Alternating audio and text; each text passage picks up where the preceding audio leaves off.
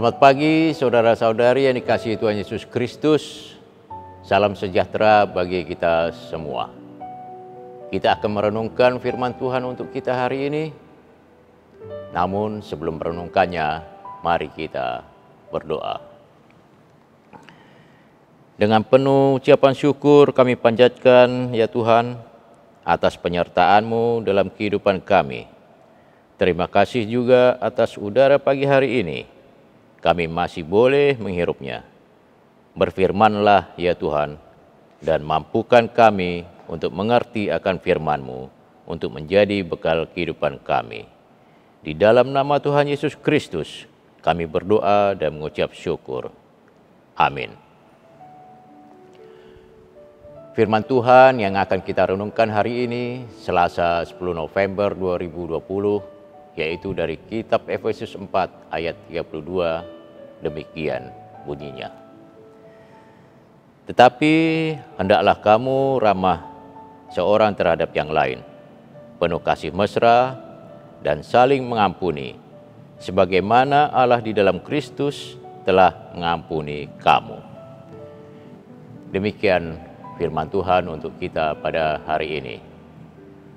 Saudara-saudari yang dikasihi Tuhan Yesus Kristus, nats kita hari ini adalah surat Rasul Paulus yang sedang menasihati jemaatnya yang ada di Efesus, yang baru saja menjadi orang-orang Kristen, yang dulunya adalah penyembah berhala, agar tidak hidup lagi seperti orang-orang yang belum mengenal Allah. Seperti yang tertulis di Efesus 4 ayat 17, sebab itu kukatakan dan kutegaskan ini kepadamu di dalam Tuhan, jangan hidup lagi seperti orang-orang yang tidak mengenal Allah dengan pikirannya yang sia-sia. Saudara-saudara yang dikasihi Tuhan Yesus Kristus, hal ini pun juga berlaku pada saat ini kepada kita. Perlunya orang-orang Kristen terus-menerus dinasihatkan, ditegur, diingatkan, agar tidak hidup lagi seperti gaya hidup sebelum atau seperti orang-orang yang tidak mengenal Allah dan Tuhan Yesus Kristus. Seperti apa gaya hidup orang-orang yang belum bertobat atau yang belum mengenal Allah dan Tuhan Yesus Kristus? Perikop kita dari nats kita hari ini, yaitu dari ayat 17. Paulus menjabarkan gaya hidup orang yang belum bertobat, yaitu yang pertama, di ayat 25, buanglah dosa, stop dosa. Yang kedua, di ayat 26 sampai 27, jangan marah-marah sampai berdosa, stop marah-marah. Yang ketiga, di ayat 28, jangan mencuri, stop mencuri, tetapi bekerja keraslah, rajin, supaya dapat membagikan sesuatu kepada orang lain.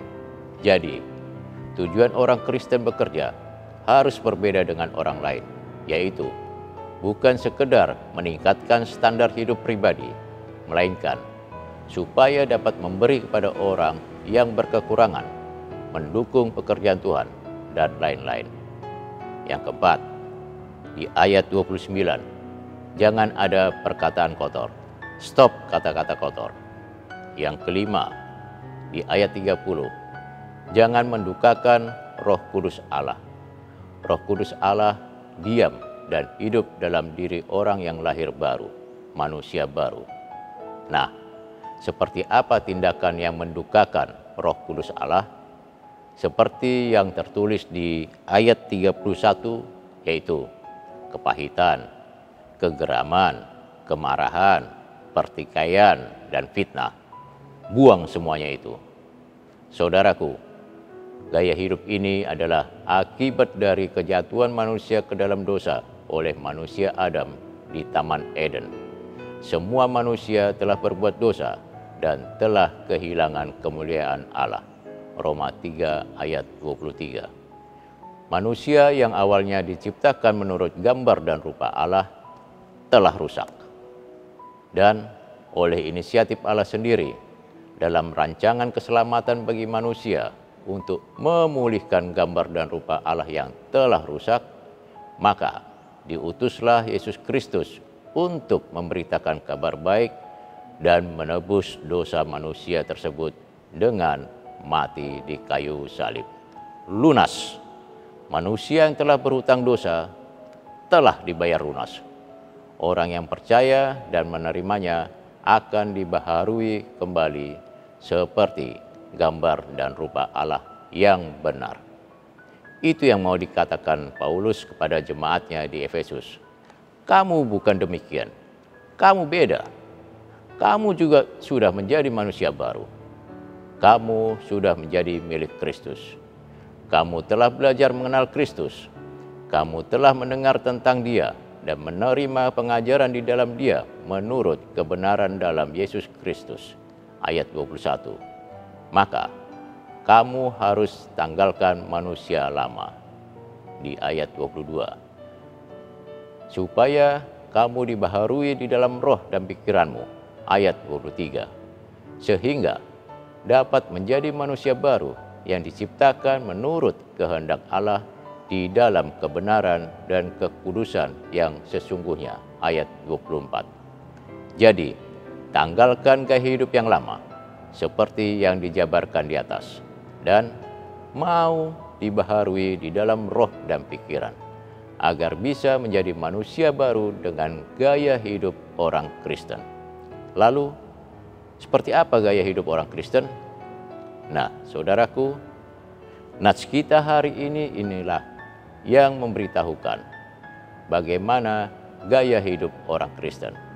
Orang yang telah bertobat, orang yang telah mengenal Allah dan Tuhan Yesus Kristus, yaitu yang pertama, orang yang ramah. Yang kedua, orang yang penuh kasih mesra. Dan yang ketiga, orang yang saling mengampuni. Ketiga hal inilah bisa dipakai oleh siapa saja, baik sebagai orang tua, sebagai orang dewasa, pemuda-pemudi, remaja, anak-anak, pokoknya menjadi gaya hidup.